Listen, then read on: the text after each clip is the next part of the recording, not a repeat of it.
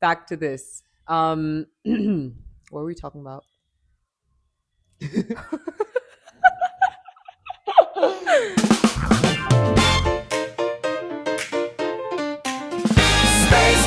Spaced out with Eshaana and Ananya, two best friends among the stars. Spaced out. Okay. Spaced out. Hello and welcome to Spaced Out. Spaced out. We are your chatternots. I'm Eshaana. I'm Ananya. Given this is our first episode, I think we should do a little bit more of an introduction. So since I was 3 years old, I've always wanted to be an astronaut / Olympic swimmer. And I'm still pursuing my astronaut dreams. I've done a degree in mechanical engineering and planetary science. I'm super excited about this. Yeah. You're still somewhat pursuing, if not an Olympic swimmer. You still swim. In fact, that's how we became friends. We became friends for a host of reasons. But one of the things we bonded over is we both love to swim. And for context, in my past life used to be an ecologist. I wanted to be a tropical field biologist, and I used to work in rainforests. But it felt like I was becoming a bit too niche. So then I pivoted to the climate space, and I worked in corporate climate strategy for a while. But quite recently, I've been working in carbon markets, and that's what I do now. And on the side, I bake a lot. In fact, I have something very exciting baked for us today, which I'm excited for you to try. It's a new recipe, so we'll bring that out in a bit. And I also swim a lot. I think that's the things I talk about the most. But yeah, so some context on why we started this podcast. Eshaana and I were catching up at Bob's Bar a few weeks back. It's one of our favorite places to go to. And Eshaana is my favorite person to learn anything from. Not only is she brilliant, but she explains it in a beautiful way. And I have so many silly questions and so many follow-up, but why? And you always just explain it beautifully. So on that specific night, you were telling me, I asked you what animal you wanted to be. And you said tardigrades. And I'd never heard of tardigrades prior to that. And I was like, tell me more. So why don't you tell us a little bit about tardigrades? Because they are fascinating creatures. So tardigrades are my all-time favorite. I don't even know if we can consider it as an animal because it's like a microscopic being. Yeah. And essentially the name tardigrade means water bear. Yeah. And the reason why is because it goes into hibernation under extreme conditions. So it can survive in the hottest of the hottest regions as well as the coldest regions ever. And so that's one of the reasons why, because they're microscopic, they can essentially be on the spacecrafts that we send up to space. So we could have potentially sent tardigrades up to space and they're just chilling up there because they can survive under any conditions. How long do they stay in in a hibernation state for?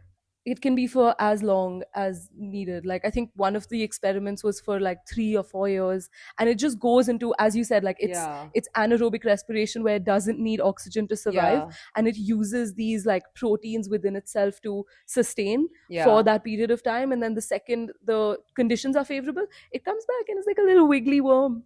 That's mad. And they're tiny as well, right? But that's so cool. So yeah, Eshaana and I were sitting talking about tardigrades, and then I think I said something like, it's cool that Earth is habitable, that we don't need these crazy adaptations. I mean, maybe for others this is uninhabitable, I don't know, but I like the Earth, I like the temperature we have and all the other conditions. And it's nice that we're in a little Goldilocks zone. And that's when you told me that we actually have Jupiter to thank for us being in this beautiful habitable zone. Yeah, exactly. Yes. So basically Jupiter is essentially the architect of the solar system. It's electromagnetically and dynamically very, very interesting and super intriguing. Jupiter's story, Jupiter's origins is it's really close to my heart, and now I know it's close to yours as well. So the reason why we are in the Goldilocks zone is because of the Grand Tack theory. The Grand Tack theory. You see, you told me about this, and I remember thinking, is it tack like blue tack, or is there a Mr. Tack we have to thank for the Grand Tack theory? Or so the Grand Tack theory is actually, the name comes from a sailor's term. A sailor's term? Yeah. Okay. So before I even explain Grand Tack and how the phases work, all you need to know is the word tack means to reverse direction. Okay. In during when they were sailing ships and stuff, you change the bow in the direction of the wind in order to change direction. So Oh, that's where the word Tack comes from in the grand Tack interesting. theory. The Yep. grand Tack theory. So tell us a little bit more now about the grand Tack theory and how it relates to Jupiter and us being an habitable zone, and introducing like this the topic for this podcast. It's all about Jupiter because we low key are obsessed with Jupiter, and it relates to like the genesis of the idea for this podcast. So we just thought Jupiter would be a great place to start. Hell yeah. Yeah. Yeah. So, grand arc theory. Yes, Jupiter was Jupiter was one of the first planets to form. It is a gas giant, and the grand arc theory is the leading theory as to why the solar system formed, Okay. and the way that the rocky planets, which are the first four planets, why they formed, and the back end planets, which is the ice giants as well as the gas giants. So the Oh. grand arc theory is the leading hypothesis that explains why our solar system is the way it is. Okay. Yeah. So Jupiter formed about 4.5 billion years ago, and it was before the sun ignited. Okay. So the sun was a protostar when Jupiter started forming. Right. Jupiter started forming with a lot of rocks, a lot of icy, like icy substances and Is things. that how all planets form?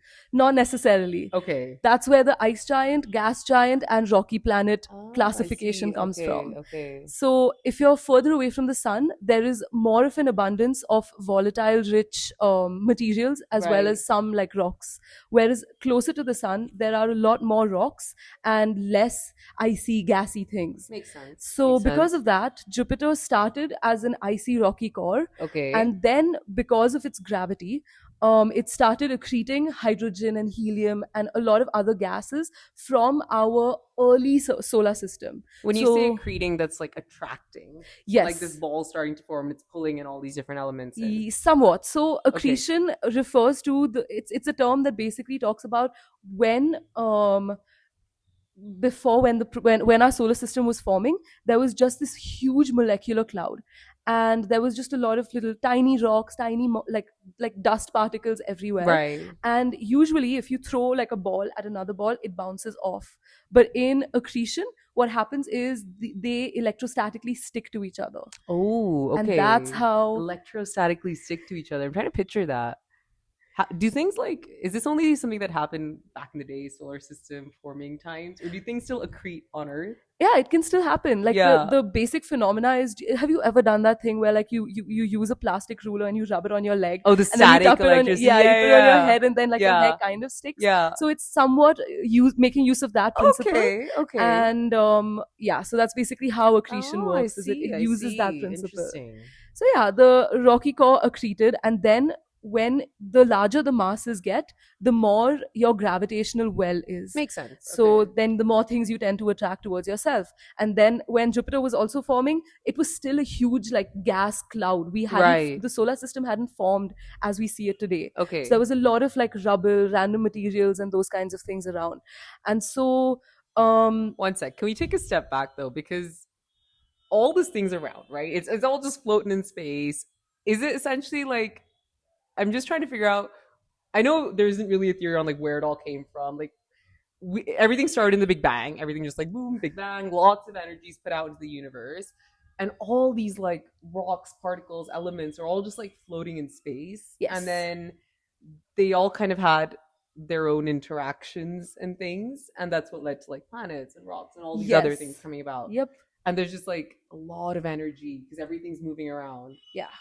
That's exactly it. Interesting. It's just a Okay. whole bunch of chaos. Yeah. And then things started sticking together. Yeah. This huge cloud started accreting and becoming like rocks and like close, like smaller Yeah. elements and Yeah. things like that. So yeah, so that is essentially how accretion occurred. And then in a way, Jupiter also through accretion Yeah. made its core.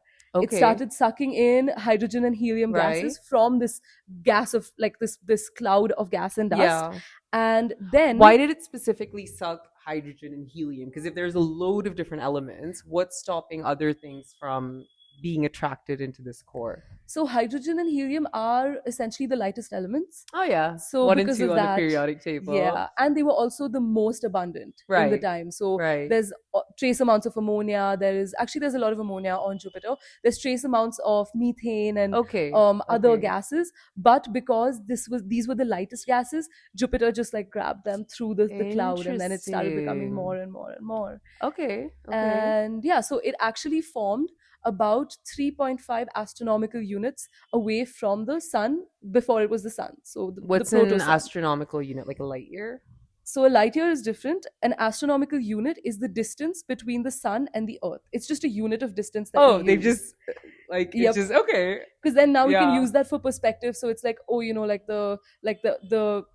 the clouds at the end, like the end of our solar system is Yeah. 20 astronomical units away. I see. So it's okay. 20 times away between the distance of the earth and the sun. It's 20 times that is the end of the solar system, essentially. Interesting. Okay. So yeah, so Jupiter formed around 3.5 astronomical units away from the sun, Okay. and then it started migrating inwards. Oh. Yeah. Like towards the sun. Towards the sun. Okay. And of course, because the sun also had its own like gravity Yeah. and stuff, so that's kind of why it started migrating inwards. And that is phase one of the grand Tack theory, is when Okay. it starts going inward and collecting more gases and all sorts Right. of those kinds of things. And then there comes a time when not only does it clear the surroundings, but it Okay. also makes that mess of rocks and stuff in that protoplanetary cloud. Yeah. It slingshots them away. So it not only like vacuums up Okay. material from the cloud, but it also shoots them away because of its high gravity. If you start like, it's kind of like it Right. just goes off on a tangent, Yeah. kind of like how our podcast will go. Yeah. Oh, I'm just trying to picture that. Okay, so it's moving towards the sun. I'm imagining like a Roomba, right? It's like a massive Roomba in space, just like Yep. clearing things out. But by clearing things out, it's a mix of like absorbing things into its core, accreting things into its core, but also things that don't directly fuse in. It like comes in and bounces out. So it like goes Yes. further away. So then it's like a Yep. nice clear space. Yeah, Yeah. Okay. that's exactly it. And also it allowed for a lot of these rocks to be in a gravitationally stable orbit, because when you have like the sun, which is a huge source of gravity, Right. and Jupiter, which is a good contender and also has its own source of gravity, the rocks that were already revolving around the sun tend to get pulled. It's like a tug of war situation. Oh, okay. So that's kind of how we got the asteroid belt as well, because Okay. now they are in a gravitationally somewhat stable orbit, Okay. and that's thanks to Jupiter because of his gravity that we put it Okay. in. I'm calling him a him. Him. We'll get to that in a Yes. minute because we do like to personify Jupiter as well. We actually talk about Jupiter so much, and there's so many things we could just say about like Jupiter and how we describe him. But okay, so now it's moving towards the sun, but Yes. it's no longer like closer to the sun. So at what Yes. point did it start moving to where it is now? It started moving when it was about 1 astronomical unit Okay. away from the sun, which is around Earth's orbit, because Earth is 1 astronomical unit right, away from the right. sun. And so Jupiter actually came close to the Earth, Right. close to the sun, where like Earth is today. Yeah. And then the tack started happening, where it started reversing direction. Oh. And the reason why that happened is because Saturn formed. Hey, that's our second biggest planet, right? In our Yes. solar system. Yep. Yeah. So that also had like a significantly large gravitational force, which started then pulling Jupiter away through a 2/3 mean motion resonance. I don't know what that That's- means. It's a mouthful, but it essentially is another like tug of war situation, Okay. where the sun was pulling Jupiter, and Right. then Saturn was pulling Jupiter outward. Okay. And when you go around the sun, Yeah. there, you know how like if there is less gravitational attraction towards you, you can essentially escape the orbit and like go into terminal, Yeah. like Yeah, kind yeah. of like a high velocity away from the, like you can escape Oh, I the see. grasp. So Saturn kind of used that and pulled Jupiter outward. Got it. Okay. And and that's why Jupiter started moving further out away from us. Interesting.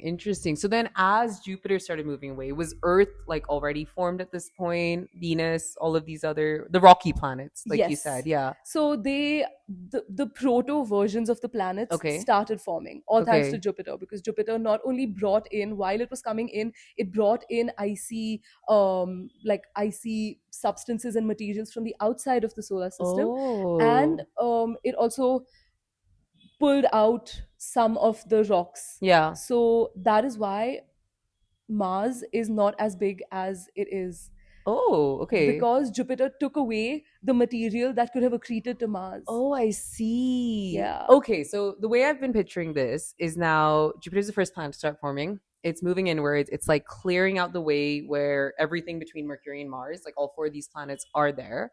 And then, so these planets have already kind of started forming. Yes. So they were able to form, but all these other planets that could have formed were not able to because Jupiter cleared out the way. Exactly. And then as it started moving backwards, this clear space is there. So the planets that are planet enough to form are able to then become full planets. Yeah.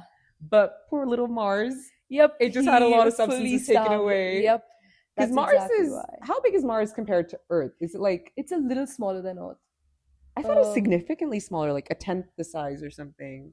Not a tenth the size. I think it's, Okay. yeah, but it is significantly, It's significantly it's a little smaller, yeah. Because otherwise it's like Definitely. Mercury's tiny, Venus is a little bigger, Earth's bigger, and then Mars.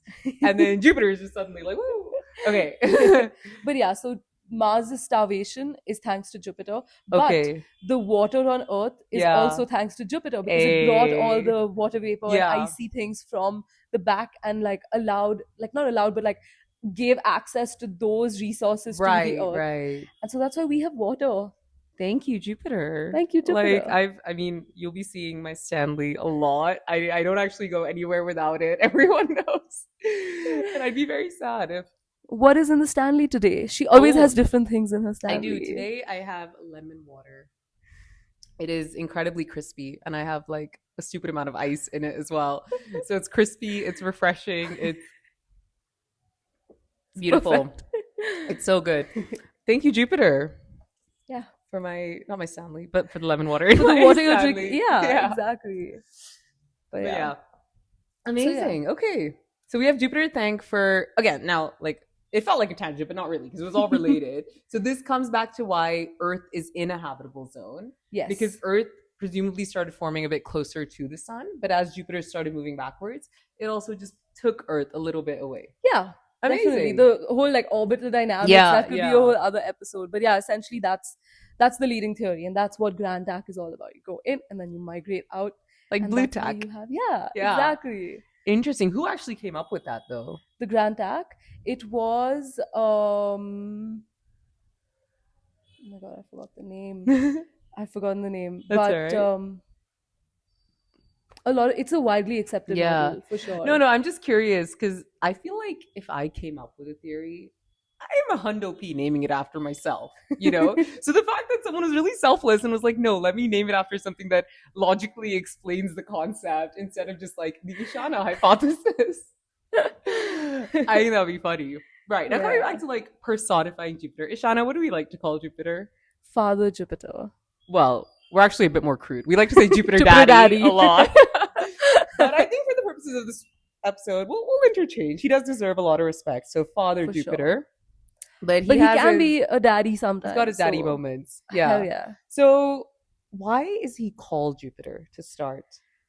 So he was discovered really long ago by the Romans, Okay. and so it was one of the biggest things in the night sky that you could see Makes sense. before light pollution and everything. Hmm. But they named Jupiter after the god of the sky. Okay. So Jupiter actually comes from the word Lupiter, and Lupiter has It sounds like its- his evil twin. Lupiter. But yeah, and the roots of that is Proto-Indo-European. Okay. So Dyeus, Deus, Okay. means sky, Okay. and that's like Greek for sky. Okay. And Pater is Sanskrit for father, and also Latin for father. okay. So Yeah. it's Sky Father. Sky Father, Dios Pater. Yeah, Deus Yeah. Pater. Because even in Hindi, it's Pita. Pita. Pita. Yeah. Pita G. Jupiter Ji. Hey, I love that. Jupiter G. That would be really funny. It's better than Daddy Jupiter or Father Jupiter. Jupiter. Ji. Yeah, we'll contextualize it. We're in Yeah. India. If I have kids and they're being all disrespectful by just saying Jupiter, I'll be like, where'd that Pita G at? Funny. Jupiter G. Jupitarji. Jupitarji. Jupitarji. Okay, back to Father Jupiter though. Yes. So origins in Latin and Sanskrit. Yes, Indo, Greek, Latin, Sanskrit. There's a whole bunch of Yeah. things. But yeah, so Jupiter, named after Yeah. the god of the sky. And it also, coming back to the Greek origin, it's the equivalent of Zeus, but in Roman mythology. Okay. Is basically how it was named. I see. Okay, so Yeah. it's the king of the sky. It's like the king of the planets. Exactly. For Romans. Yeah. Interesting. And he actually controls the sky. Because Yeah. he moved the planets where they are today, right? Right. So, yeah. He's got a lot of fatherly traits, right? Because on 100%. one, he allowed all of our other planets to form, like Yeah. Earth and the rocky planets. That's one. He gave us resources. Given us resources. Water. I read somewhere that because Jupiter is so big, like to this day, he actually takes the hit for a lot of comets and asteroids and things that could have hit us, but they don't. Like Jupiter just pulls them in because so much gravity. So he Yeah. protects us. Yes. We've got, what are his other traits? He protects us. He allowed us to be born, which we already mentioned. He gave us resources. He wow, there's what else? There's more. I think it'll come up as we talk Yes. about. Yeah. Okay. So then origins in Latin and other things. Yeah. And now this is actually interesting. So most of our planets have Roman origin names, right? Yes. Why is that? It is just because the Romans discovered them first. Yeah. They were the ones. Actually, every different, like even Indians and like the people who used to, even the Greek people did like discover the planets and see them. But the most widely adopted names The for ones the who planets documented ended up it and yeah, whatnot. being Interesting. Roman. So I actually read something interesting about how Earth, the moon, and the sun, these three things in our solar system don't have like Roman origins to their name. And it's because, so Earth comes from Erta, which is like an Old English Germanic word for soil. And moon, similar, it's like Mona, which it relates to like timekeeping or something. And the reason That makes sense because months, M-O-N. Hey, I didn't think about that. Yeah. Okay. And similarly, the sun, it's like from Sol, like that might have some Latin origins. But essentially, these three objects, right? Earth, sun, and the moon, are things that common people could see. They didn't need fancy equipment or whatnot. Everyone could see them. So that's why it has these more Old English roots. Whereas all the other planets and other things in our solar system, you needed some kind of equipment, you need telescopes and things like that. And because of that, only like the nobility that spoke Latin and all these other things influenced the naming of them. Interesting. Yeah. But back to Jupiter. Okay, so something I want to, so you did say earlier Jupiter is a gas giant, right? Yes. And initially, like when I was thinking about Jupiter, I was like, oh, it has these white and red stripes that are banded everywhere. And I always, like as a kid, thought that's the surface of Jupiter. But it's not, I mean, it technically is the surface, but it's not like land surface the way we have it. It's essentially the atmosphere of Jupiter, but we just tell me more about that because it's a lot of gases, but it's not completely like a gas cloud because it does have a core and everything. Yes. So I want to learn a bit more about why is it so stripy and why are the stripes different colors? What do the stripes mean? It's not even like your t-shirt, like, what's happening there? Yeah, so basically Jupiter is known as a gas giant even though it has various different layers in it. And it's known as a gas giant purely because of the fact that it pulled helium and hydrogen towards itself. I see. Okay. So it has, as you said, it's not really a solid layer. Yeah. It's just a massive, really deep atmosphere. Okay. Until a liquid hydrogen layer. And a very dense atmosphere as well, Very right? dense. Because we, of course, have an atmosphere, but when you look at Earth from space, you see our land and our oceans and all of that. Yes. But for Jupiter, you don't see through this atmosphere. Exactly. So what's the atmosphere made of? The atmosphere has trace amounts of ammonia, Okay. CH4, which is methane, some sulfur, water vapor, of course. Yeah. That's the rough mix of it. And of course, hydrogen and helium. Okay. It has 90% hydrogen and 10% helium. So all the other elements I mentioned are like trace amounts. But there's enough of them to make it so thick. Because hydrogen and helium on their own are pretty chotu. Yeah, Like- but that's very true. But the thing is, because of the sheer like gravity of Jupiter Yeah. and its core, which has it has the biggest magnetic field in the solar system. Okay. And so because of that, even like light elements like hydrogen and helium are very tightly packed together, Oh, which is why it's extremely dense, the interesting. atmosphere. Okay, so then what makes it red and white, or like orange and white? But why is this striation?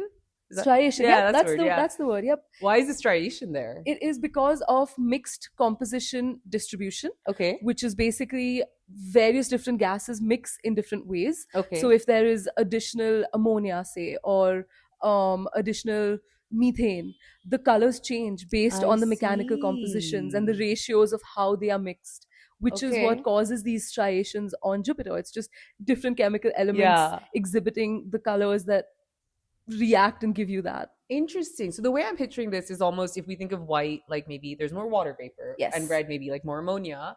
It does move as well, right? Like these striations. It's not Yes. like a fixed banded pattern. So it's almost like there's little reactions that keep happening. So it's like there's a bulk of reactions here, and then little reactions that eventually cause it to migrate. And I was reading somewhere that like Jupiter used to have this massive red band all around it, but it just disappeared. Yeah. How does that happen? It's just like some significant reaction. I don't know. How does that happen? So it can happen for multiple Yeah. reasons. I think one of the leading theories is the disturbance in equilibrium. So Okay. even as they're moving, as you said, the striations are very distinct, but they Right. keep reacting and they're always moving. They're perpetually like chaotically Yeah, because they're gases changing. in the end of the day, right? Exactly. Yeah. So between, say, the white and the red stripes, there is Yeah. this transition zone. And the transition zone is where they mix, the two compositions also mix further. Oh. Yeah. So when there is a huge, like it could be an electromagnetic disturbance or Oh, interesting. storm, yeah, So all those these like kinds of little things. reaction enablers, like little Yes. chaos stirrers coming up in the solar Exactly. system. Well, what was that name you said for like the I'm thinking of Transition zone. transition zone. Yeah. It's like the intertidal zone. Like we come back to Earth, like between sea and water. Yeah. It's like The shore. Yeah, exactly. okay, It's the okay. that part where we have Interesting. sand in the middle. But yeah, so that's basically how the striations can keep changing. Yeah. It changes over a long period of time. Yeah. But one thing that hasn't changed over a really long time is the big red dot. The big red dot. I have heard about this, and I'm actually okay. I'll tell you what my understanding of this big red dot is, and tell me if I'm correct. So again, we have all these bands that are kind of moving. Now, the big red dot is essentially this one massive storm that's happening, but it's surrounded by a number of gases and other things that's locked in this storm, and it's been around for so long. Like it was discovered a few hundred years ago. Yeah, like 300 to 400 years 400 years yeah. ago. But we have no idea how long it's been going Yep. on for. Is there a way for us to actually know how long it's been going on for? Or I think the only way we'd be able to date it would be to try and trace the history of Jupiter. okay, And that's something that is really hard to do just because of the denseness of the atmosphere. right. We don't have too much information about the core. We Okay. have learned a lot thanks Yeah. to the NASA mission and stuff, Yeah. which we definitely talk about. I have to Yeah. tell you, it's so interesting. Oh, okay. But the origin is something that can be speculated, Okay. but not specifically confirmed. concretely. Yeah. Like, okay. So what's actually happening in the Great Red Dot though? Like how can a storm go on for that long? So I'll actually tell you one really cool fun fact about Jupiter, which will explain why the storm is still occurring. Okay. Jupiter is one of the only planets that emits more energy than it receives from the sun. Mm. Yeah. And the reason why that Okay. happens, yeah. So basically, even on Earth, we receive energy from the sun and we have like emissions like greenhouse gases and those Mm. kinds of things. But it's not the amount that is given or received to us by the sun. Right. Whereas on Jupiter, the amount of energy emitted is about 10 raised to 13 watts, which is a lot. Okay. I'll take your word for it. I mean, I don't know how to picture something that big. So yeah, so basically the reason why it emits more energy than it receives is because it is very slowly contracting, Okay. and there is a gravitational collapse that's happening inside, which leads to thermodynamic reactions causing it to Okay. heat up Okay. and Okay. emit heat basically. Right. So all of that has a huge effect on Oh, the interesting. weather and the atmosphere on Yeah. Jupiter. So that's basically one of the reasons why the dust storm is formed, is because its source of energy is coming from within Jupiter. And of course That's the so magnetic cool. field. What? Imagine if Earth could Actually, we got the sun though. I'm chill. Like, I'm okay with yeah. without the 300, 400-year-old Yeah, hurricanes and yeah, dust shit storms. ugly. Yeah, carry on. Sorry.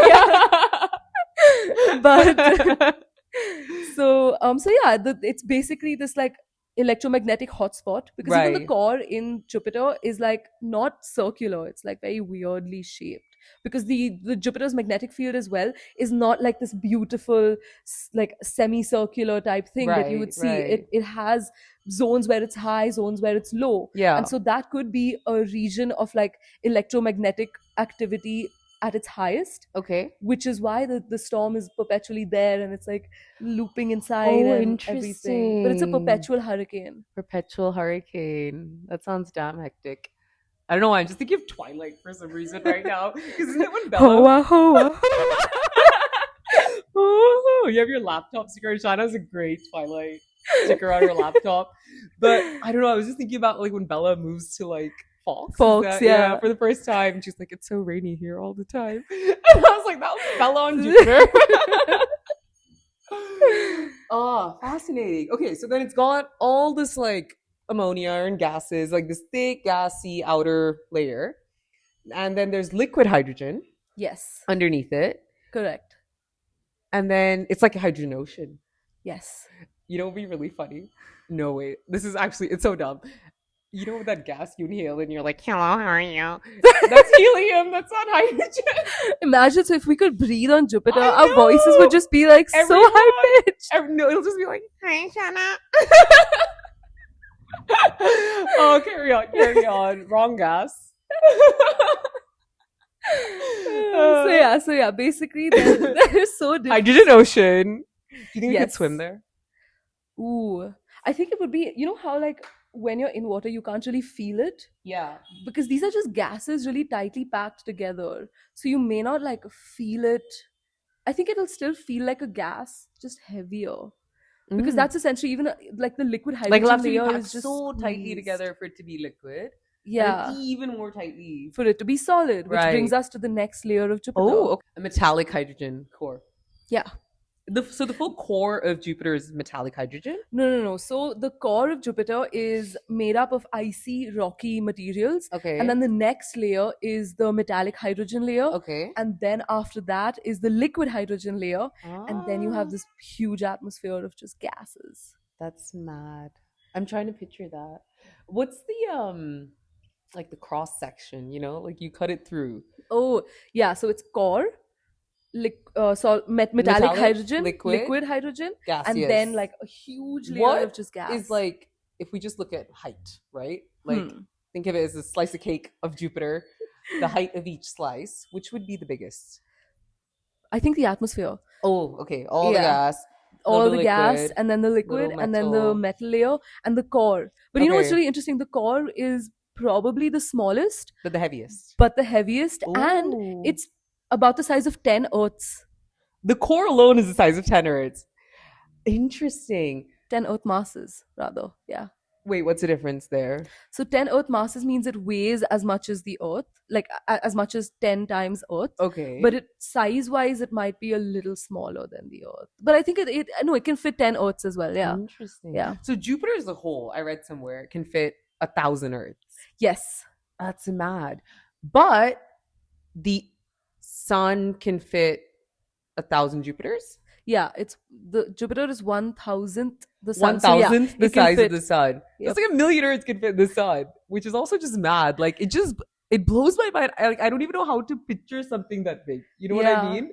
Yes. It's like, And you know, I have my biggest pet peeve is Yeah. whenever I look at like solar system books and stuff like that, yeah, they misconstrue the sizes and the distances. not to scale. Not to scale. Yeah, exactly. Because I always like imagine, oh, like the sun is so big. Yeah, No, if you were to zoom out and take a picture of the Earth and like all the little Yeah, planets yeah. and Jupiter, the sun wouldn't even be able to see the curve of the sun. Yeah, it would look yeah. flat. That's how massive the sun is. Goodness. That's crazy. Damn. Yeah. Okay. Yeah. So now I coming just back had to to vent Jupiter, out about the that's okay. I about the would renditions. understand the frustration because that's probably what's made me, just imagine Jupiter. It's like, la, la, la, like all these planets are just there because I think we just used all these books and stuff we had growing up. But to actually picture something, so I'm trying to picture how big Earth is now. If I just had to like picture it in my brain, I don't know. It's quite big, bro. But like, okay. So now we've talked about the structure of Jupiter, but something I'm very intrigued about is you were talking about like this metallic hydrogen core, and I read somewhere that Jupiter has a lot of like magnetic radiation around it. So is it almost like this metallic core acts like a magnet? Yes, it has electromagnetic forces. So Okay. essentially, that's what the magnetic field. Jupiter has the largest magnetic field in the solar system, Damn. and yeah, it has a whole bunch. I mean, that definitely interacts with not only the gases around Jupiter, but also Jupiter's moons, and also Mm. the surrounding planets, as well as the asteroid belt, which is between Mars and Jupiter. It's just a bunch of Fascinating. I actually have asteroids. so many questions about the moons. But I have a question before that, because I think we'll get to the moons in a bit. So you say this asteroid belt is in between Mars and Jupiter, but we have done missions that go to Jupiter, Mhm. right? So I have two questions about these missions. One, how do they go through the asteroid belt? Two, when I think of a spacecraft of any sort, it's made of metal. But if Jupiter has such a big magnetic field, what's stopping these spacecrafts from being like shloop Hmm. into the core or like the source of the magnetic radiation? That's a very good question. So Thank you. I love your first question because when you think about the asteroid belt, you tend to imagine just like this layer of super crowded like rocks and dust and those Sort of kinds like of things. Bangalore traffic, but like a bit more Yeah, hectic. Yeah. exactly. But it actually in space, we don't realize just how much space there is between the rocks and stuff. There is a lot of space actually. Oh, that's true actually. Yeah, Yeah, so yeah. it's actually huge. Like it looks, or it may seem like it's just this dusty layer, but Right. there's so much space between them. Okay. So we can, and can we, because I know, for example, we have a lot of like things at Earth, on Earth just to monitor objects in the sky Yes. and make sure nothing's hitting, nothing could come and hit Earth. So can we, for example, if you and I are planning a space mission, Hell yeah. do you think we could be astronauts, bro? I think we could 100% Actually, you want to be be. an astronaut. You're Yeah. gonna become an astronaut. I don't know if I I think you could. could because we have the training, Ocean Man. Ocean We Man, yeah, Yeah, that's because true. Oh astronauts yeah, train medals in are up there. astronauts train in like swimming pools because that Yeah, is the closest analog to like in vacuum, really? Yeah. I actually love being in the swimming pool. It just feels like it feels more human than being on land sometimes. You know what I mean? That's just the But amphibian side of you talking. yeah, Like, but I feel like it'll be a bit claustrophobic. But yeah, so if you and I are planning a space mission off to Jupiter, we can essentially know which rock might hit us, so we can just create a pathway that would avoid all of them. yes. Chill only then, okay. Yeah. It's I was just actually quite picturing this. chill. Honestly, what I pictured in my head was completely different. I thought that they just have so many casings. It's like preparing for war, so that when it's making its way to Jupiter, it's like we have to get through this belt. So then they'll just be like, okay, we've lost this layer, blah blah blah. But they have enough protection there so that they Yes. can make it to Jupiter. Yes, that's pretty much it. Oh, they have to do that also. Yes. It's not just like a let's find the best way. Yeah, you definitely need to have like protective covering because even the second our atmosphere protects Yeah. us from like the UV radiation from the sun, from cosmic rays and stuff. Even Neil Armstrong, when he went to space and they came back, they had to do a 2-week quarantine because they were afraid that they would be affected by space cooties. Oh my god. Yeah, because they were so afraid about like the effects of cosmic Yeah. radiation and stuff because the atmosphere is no longer there. You can't get protected by all of those rays that pass through you. They're all invisible, but Interesting. Yeah. Okay, so they anyway need a lot of this protection. yes, But then they also protection is time it needed. well. But yeah, it's timed well. You have like tracking and all of those Okay. things. And another benefit is that the asteroids are not actually that close together. Okay. So yeah. you know what you see in like those space movies, like in Star Trek, where they're just like dodging the things. That's what I was picturing. Yeah, it's actually not like that. It's like there's one big Mate, thing. more and there's- misrepresentation that Exactly. we don't like. Yeah. Yeah. Okay. Yeah. And then the second part, how does the magnet not like shloop? So it does, and it's not only like the magnetic field; it's the gravity that causes the magnetic field as well. Like there is that whole interaction where Right. the core generates the energy that allows for the magnetic field to occur. So you do essentially fall into Jupiter. Okay. But because thanks to orbital dynamics and like you do have some amount of like propulsion.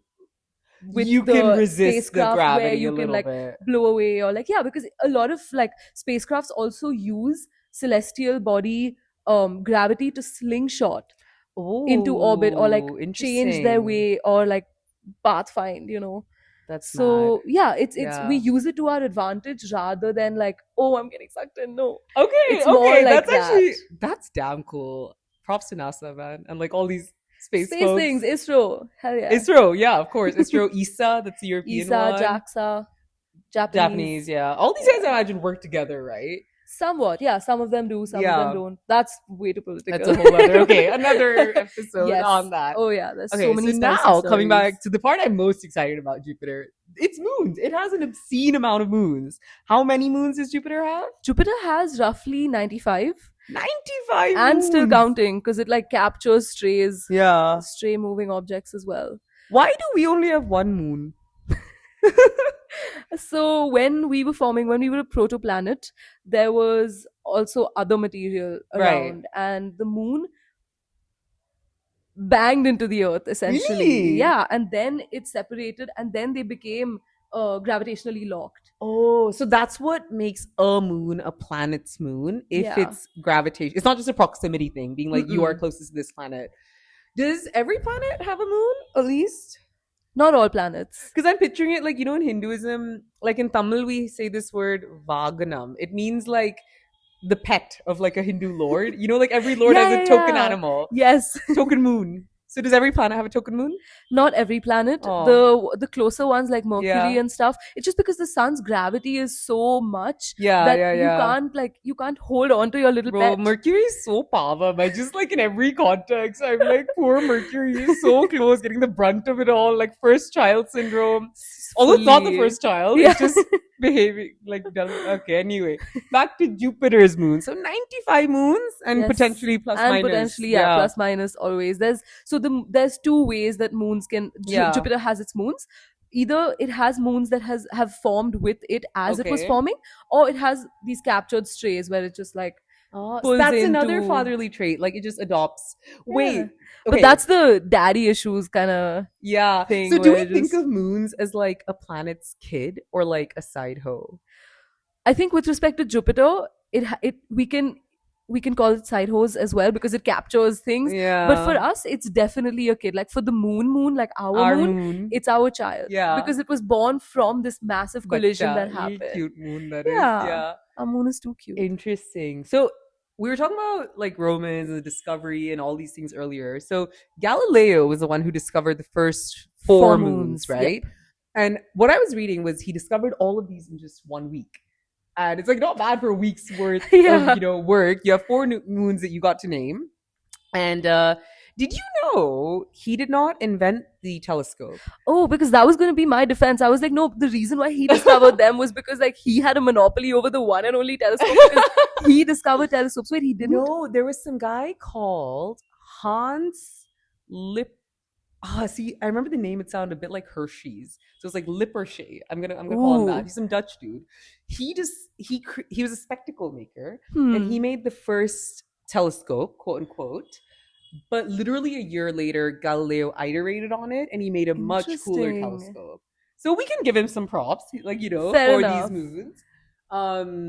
But yeah, that was just like a random fun fact. Interesting. Yeah. So yeah, that's cool. Okay, so these four moons now. The 4 Galilean moons. Yes, There is Io, Europa, Ganymede, and Callisto. I love these names.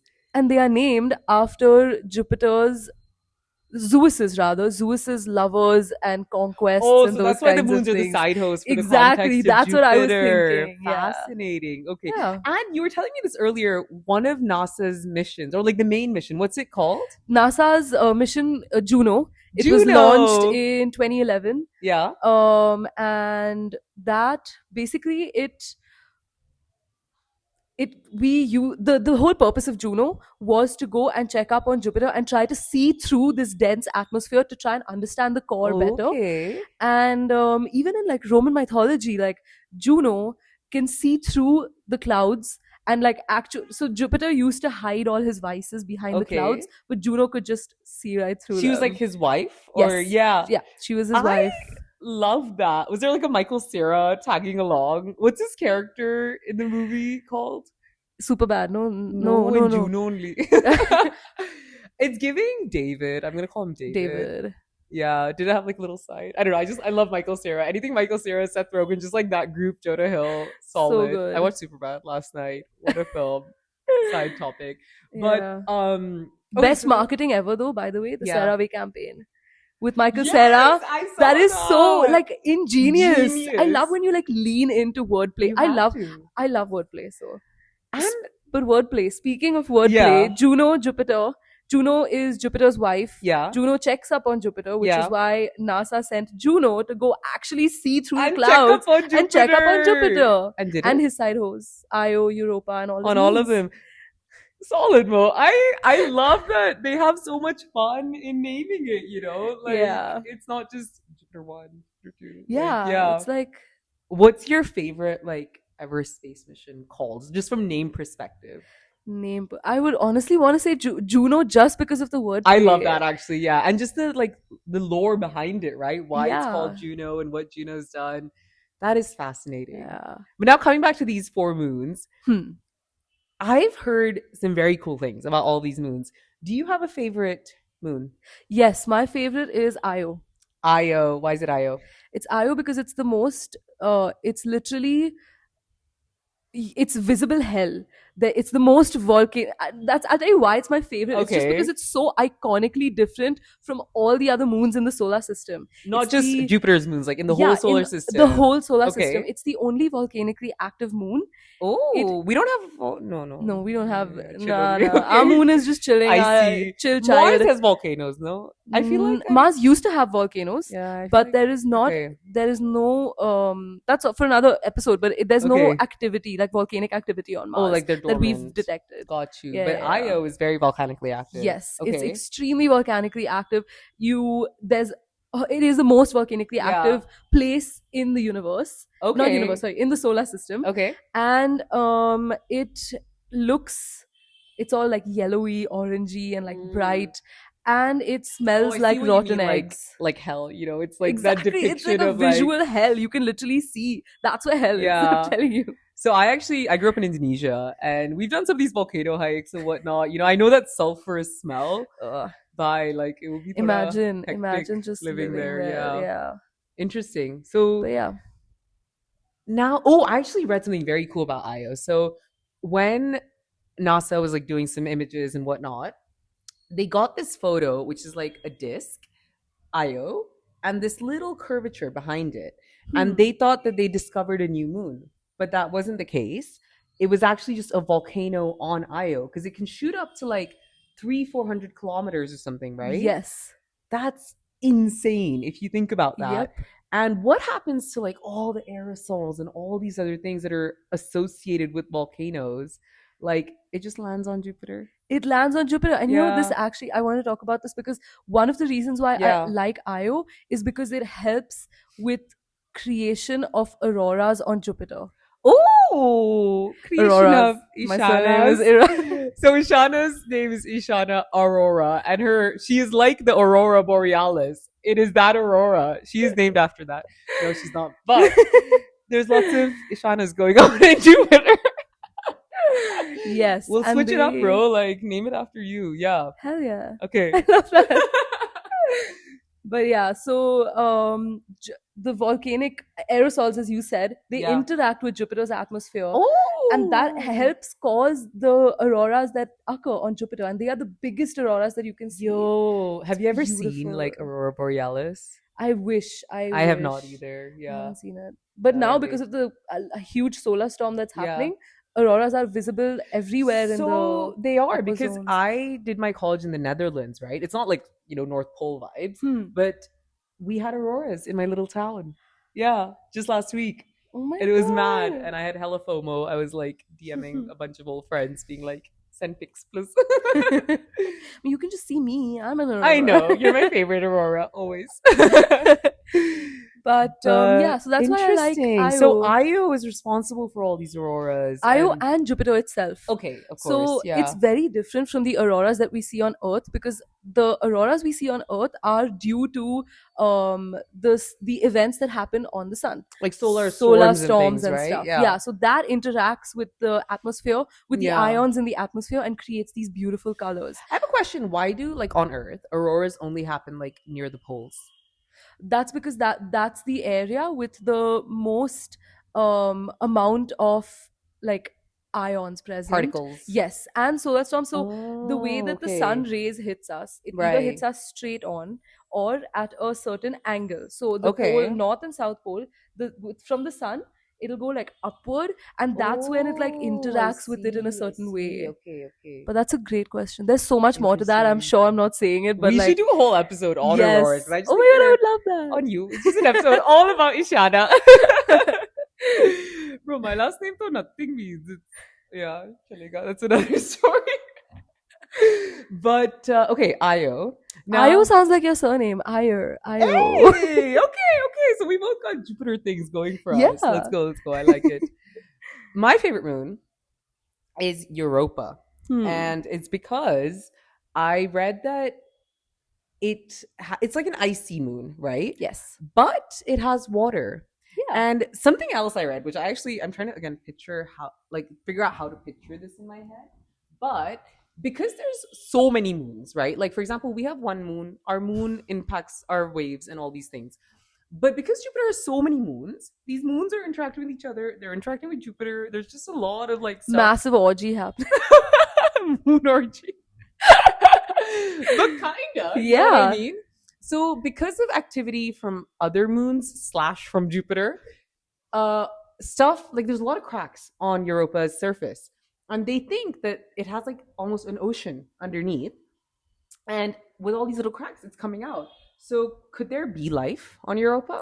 Yeah, it's actually the leading it's the one moon that has the potential for extraterrestrial life. Okay. Which is why we are so interested to go and explore it. But it's not in the sun's habitable zone, right? Because that's where we isn't. are. Mm-mm. But I guess the distinction there is it's how we kind of conceptualize life. Like it could just be a very different form. Yeah. But this actually brings us back to tardigrades. You know how they can survive in a non-Goldilocks zone? Correct. It doesn't need to be too hot, it doesn't need to be too cold.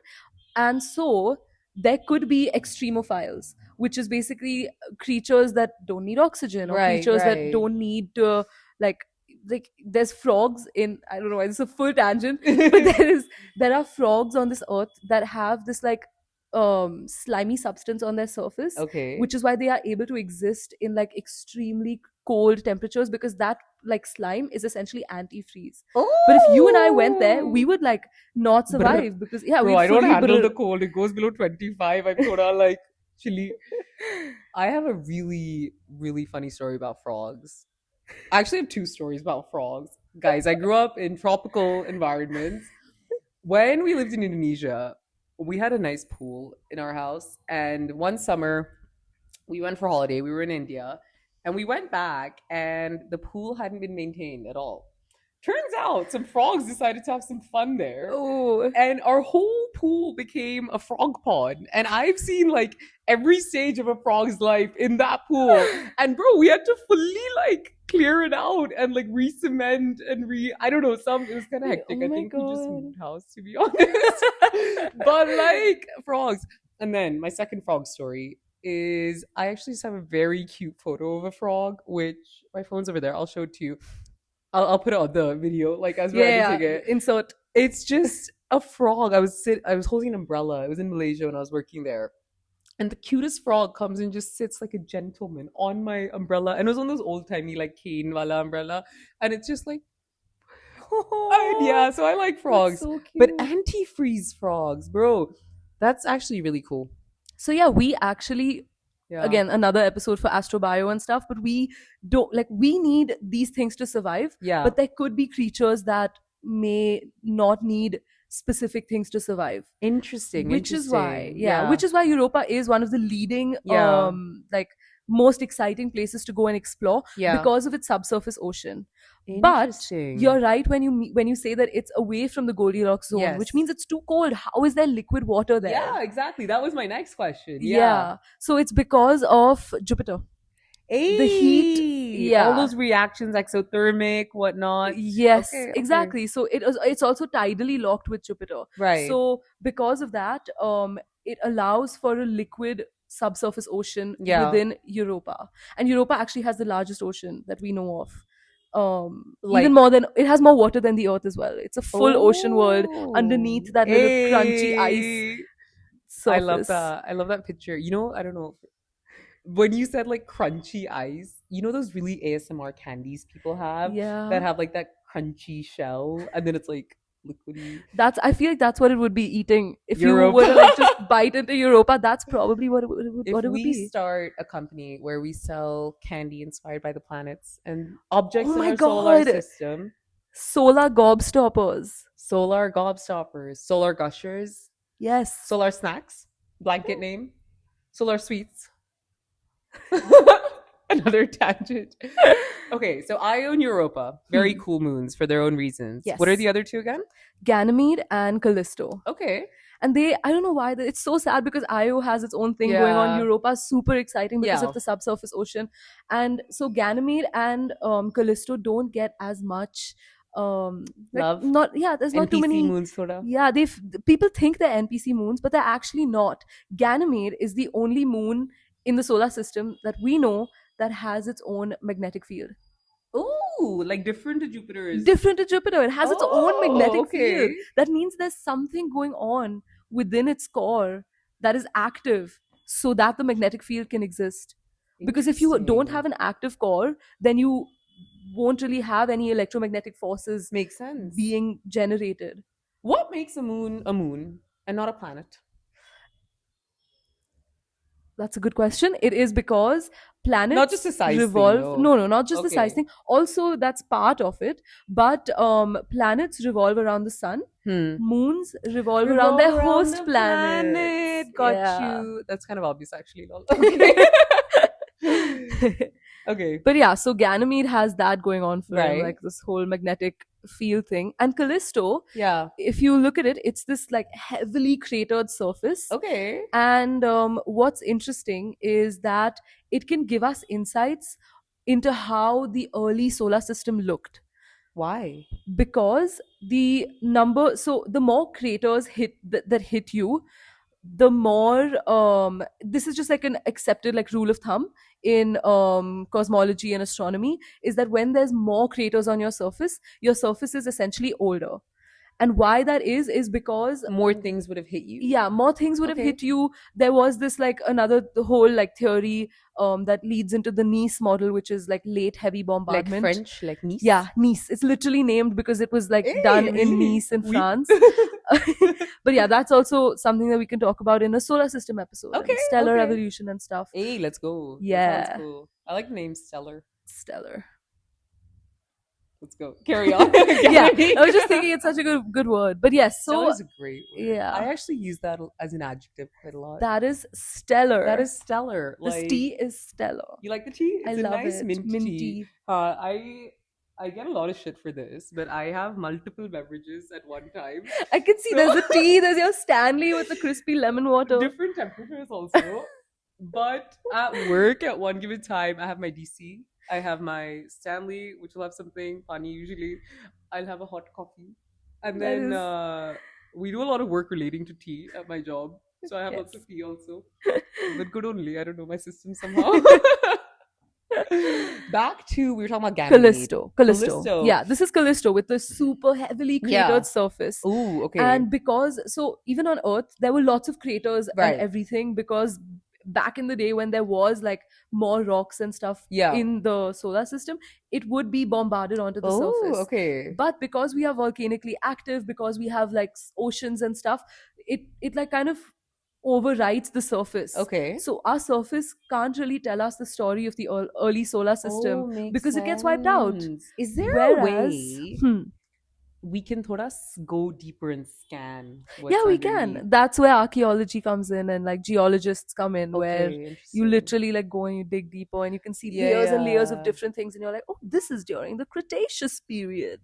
No, that's there like for dinosaurs and shit, things that have been buried. But in terms of like the surface of our core or like the other layers, is there I a think way that's we long could scan gone. it? I think that's long gone because our Earth was very hot, and there was a Okay. lot of tectonic activity that took place, Oh, which is why it that's fully how it created all overwrote. of our continents and all these. No, all these Yeah, tectonic. Okay, okay. yeah. That can So be a I whole think other it's pretty episode. much wiped Yeah. out. Oh my god, yes, I would love to talk about that as Yo, well. It's too much I think fun. volcanoes in general are just so cool, and like tectonic plates and like So your Indonesian roots that are. yeah, thoda. Sedikit. That's the Bahasa word for thoda. But okay, Callisto. Is it Callisto. named after like Calippo? That that lollipop, ice lolly. Ice lolly. Calypso. That's Calippo.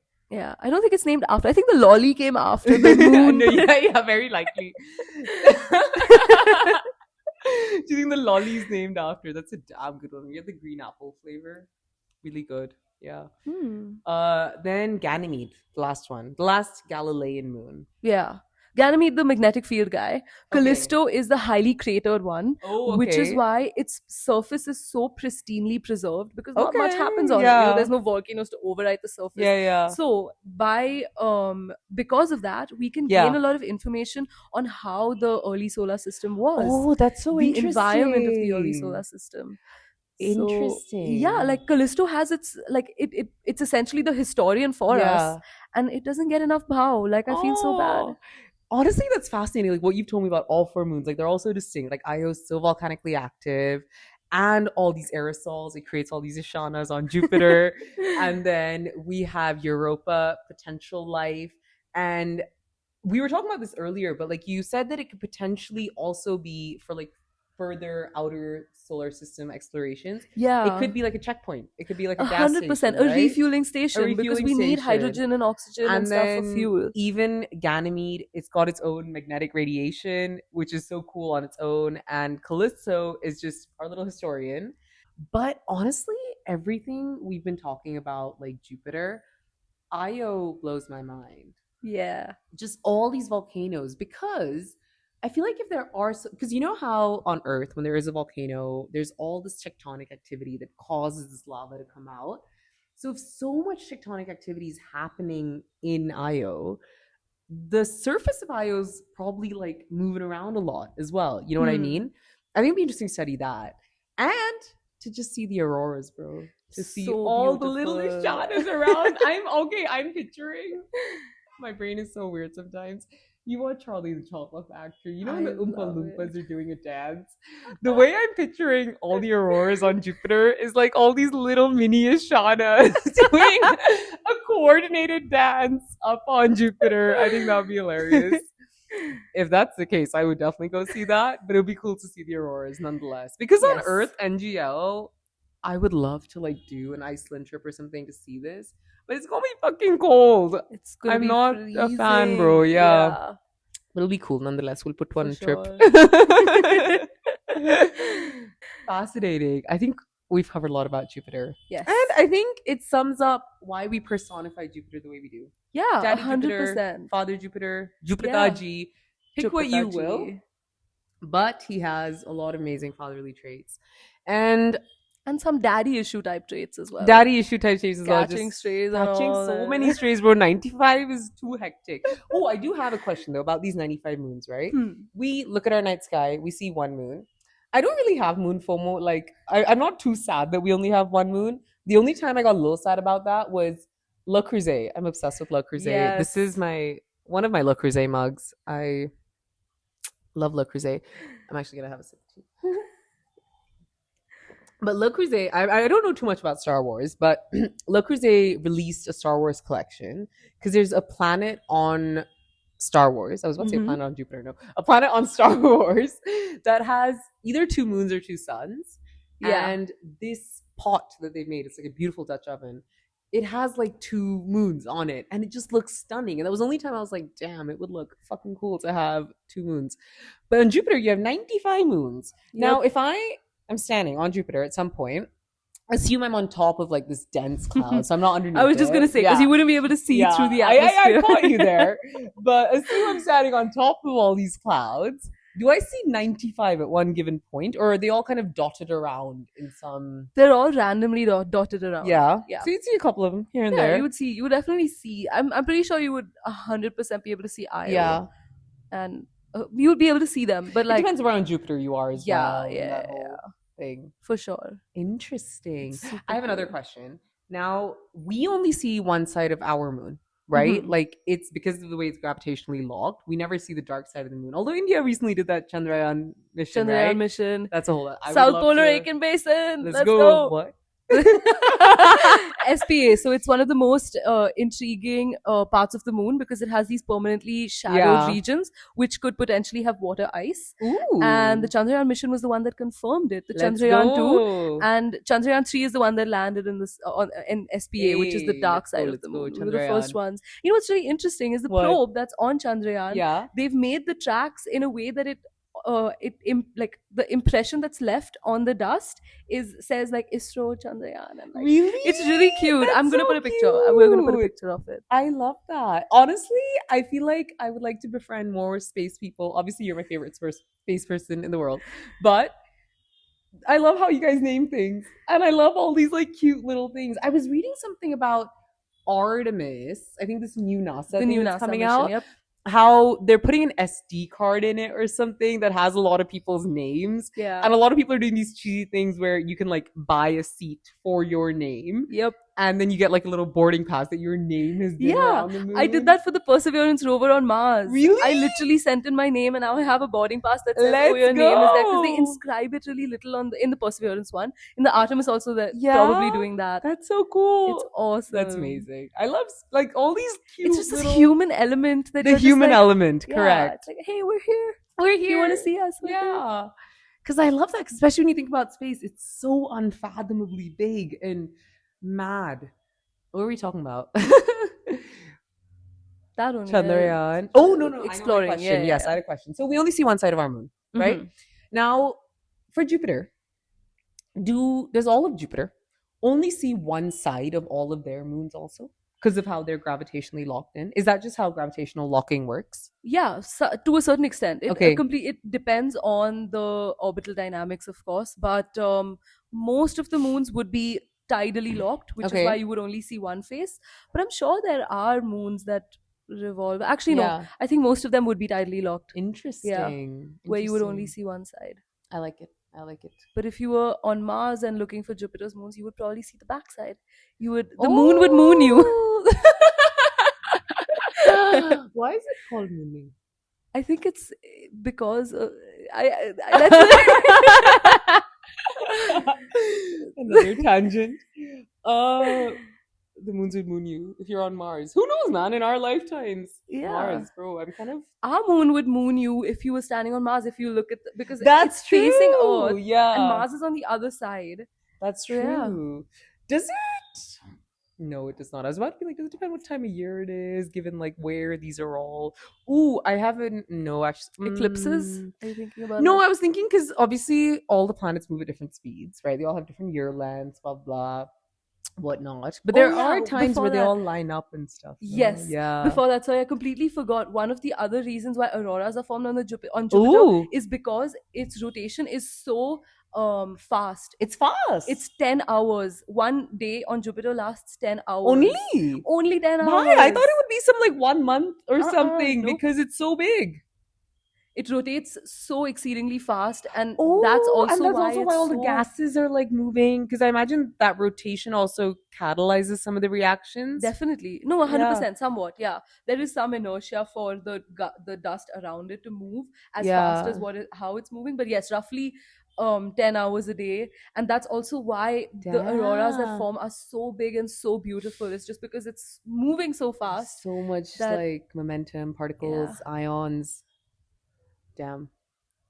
That is really cool. I really Yeah. want to go to Jupiter now. Yes, so- but sorry, you were talking about alignment of the planets. yeah. Yeah, they all the orbits are all in different ways. Okay. The Earth has a eccentric orbit, Yeah. which is roughly like a Yeah. circle, but like Pluto has like an elliptical orbit, Yeah. so it's on a certain like axis. Yeah. So Yeah. there are times when planetary alignments Yes. occur, which is supposed to be really cool to see. Yeah. Even last year there was one, Like in the night sky. yeah, you can just see it going, which is super cool. Yeah. But they're rare occasions, Rare but they occasions. do happen for Yeah. sure. Yeah. Interesting. Okay, I think we've been talking for a while. Yes, it's been a minute. But Jupiter is so cool, bro. Yeah. Jupiter is definitely okay. Now coming to planets, let's do fuck, marry, kill, Hell planet yeah. edition. Do you want to go first or should I? I want to see your reasoning. You want to Let's see go my with you. reasoning? Okay. I think just based on everything we've talked about, I'd marry Jupiter. It's solid. It's like it would be a good dad. Yeah. It is a good dad, Pretty good. Yeah, pretty good. Some questionable traits. It's giving like quarterback energy, like Yes. it's big, it's like it's got your back. I don't know, something about Jupiter. It feels stable, it feels good. I would fuck Venus. Venus is glowy, it's beautiful. It's just a beautiful planet. It feels ethereal almost. I would kill, I don't know, I'm leaning towards Mercury. Just like a mercy kill, like bottom middle planet, or Yes. Uranus, because hilarious name. I'm trying hard to not crack up right now. You're 5 years old sometimes. And I've heard that like Uranus and Neptune are like twins, but Neptune's way cooler. It's got the blue thing going for The it. blue dot. Yeah. Neptune's like a cooler god. Is Uranus a god or? Yeah. I think everyone's. No, I'm just kidding. But actually, in like Roman. Yeah, Roman. I'm sure. God yeah, of what though? I have no clue. Oh, we'll I look haven't this up. done enough research on Uranus. I just wanted to say that. Yeah, no. That's my fuck, marry, kill. Haboo. Me, I would fuck Jupiter. Ooh, okay. I'll tell you why. Major like quarterback energy. Yeah. But also because of the daddy issues, I feel like it's a little unstable. Okay. And also just because of the amount of gases inside and the storms that take place, there's so much internal turmoil happening. Oh, I see. Within Sort of Jupiter. toxic. Yeah. Very toxic. So Yeah. I think that would be like a good. Emotionally distant. Exactly. But a good fuck. But a good fuck. Exactly. Yeah. So I think Jupiter would be fuck. Yeah. Marry. I would probably marry Mars.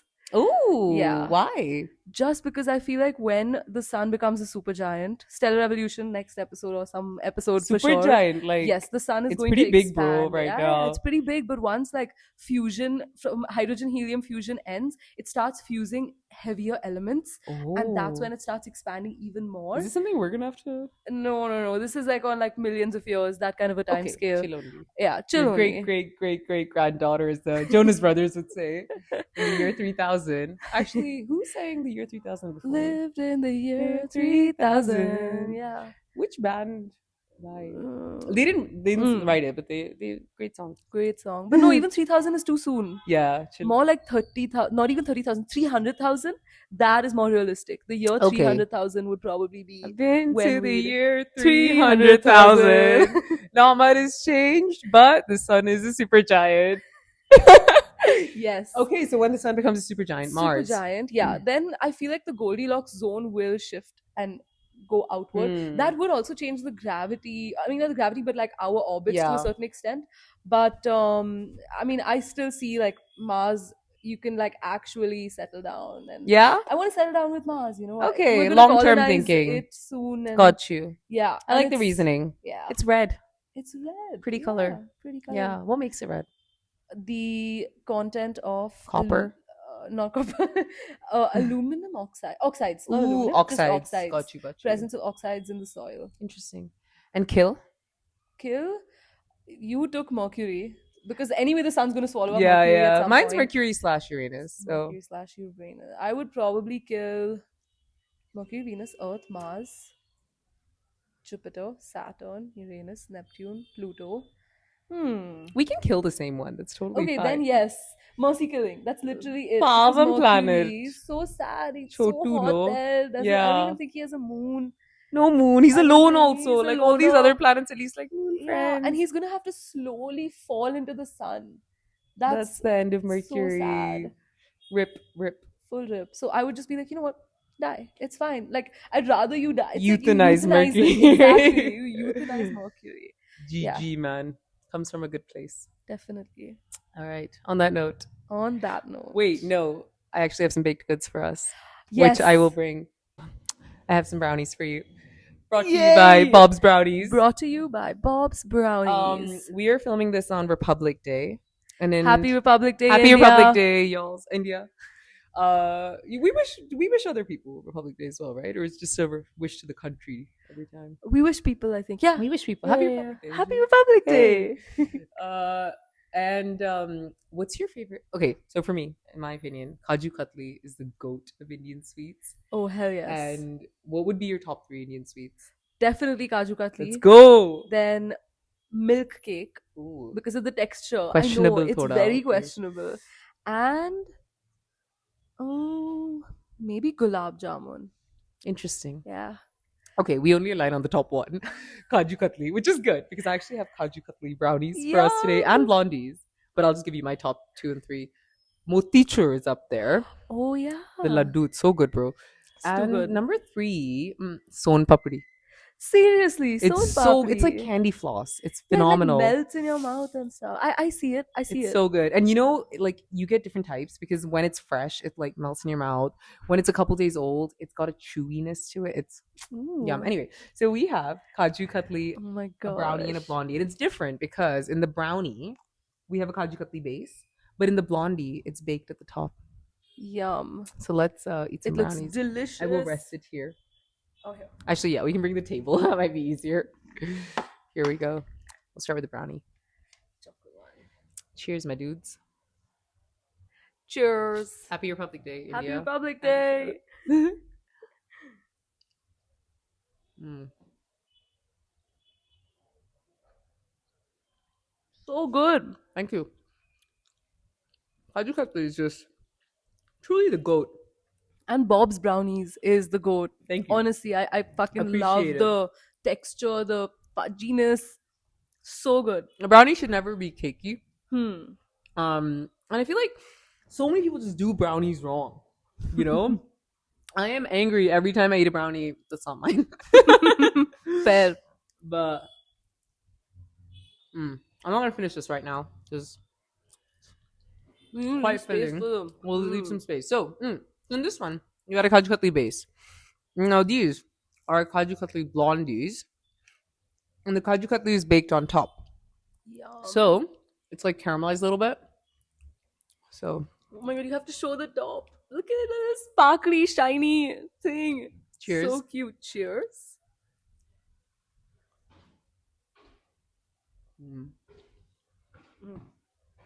So good. I got white chocolate in it because I thought it'll complement the kaju flavor well. What other Indian sweets should I put on a brownie / blondie? Son papri? Or will it dissolve? It depends when I put it. Like, that's a big chunky piece of white chocolate. Some probably could be like a topping. Interesting. Or the laddus, the motichur Motichur laddus would would be work well. really good. Even gulab jamun might work well. Yeah, because sugar, but then you'll have to put like a layer of, or you have to drench it in like sugar syrup for the gulab jamun. What Or I you could would- just have the gulab jamuns inside them. What I would do, yeah, is almost lay it as a base and put the batter of blondie on top. I think a blondie would work better with it. Yeah. And then when it bakes, I think it will do decently well. Motichur would definitely work. You know, milk cake. While I haven't put it in a brownie or blondie, I made almost a tiramisu of sorts, or like a tres leches of sorts with it, Oh, where it was like sponge cake, milk cake layer, frosting, and it was just drenched in like a nice milk, and yum. that was good. Lots I to love the way explore. I love this. This is my favorite part of the podcast. Brownie break. We can call it a baked good break. 'Cause Baked to good break. I can't promise it'll always be brownies. Yeah. But no, actually there will always be brownies. I always have brownies in the house. I bake brownies a lot. But we'll have other baked goods also, so you don't get bored of brownies. Space bake space. No, as soon as you say space brownies, that's a different context. These are normal Bob's brownies, good only. But space. What do you call nosh in space? Like snacks for astronauts? This sounds like I'm saying a joke. I'm not. I'm just genuinely curious. I was like, wait, what's the punchline? There's just freeze dried versions of things. That I you know, get. but the nickname is there for it or not? I don't think so. Knickknacks? Do you know it? I don't I don't know. We'll figure try that freeze out. dried ice cream though. which is Ooh, how's insane. It's exactly the same. It just that? Is it powdery? yeah, and you have to like put hot water, not in the freeze dried ice cream, but like in the other meals, you have to put like hot water, and then it becomes. Wait. But a if it's thing. freeze dried ice cream, is it just like ice cream flavored powder?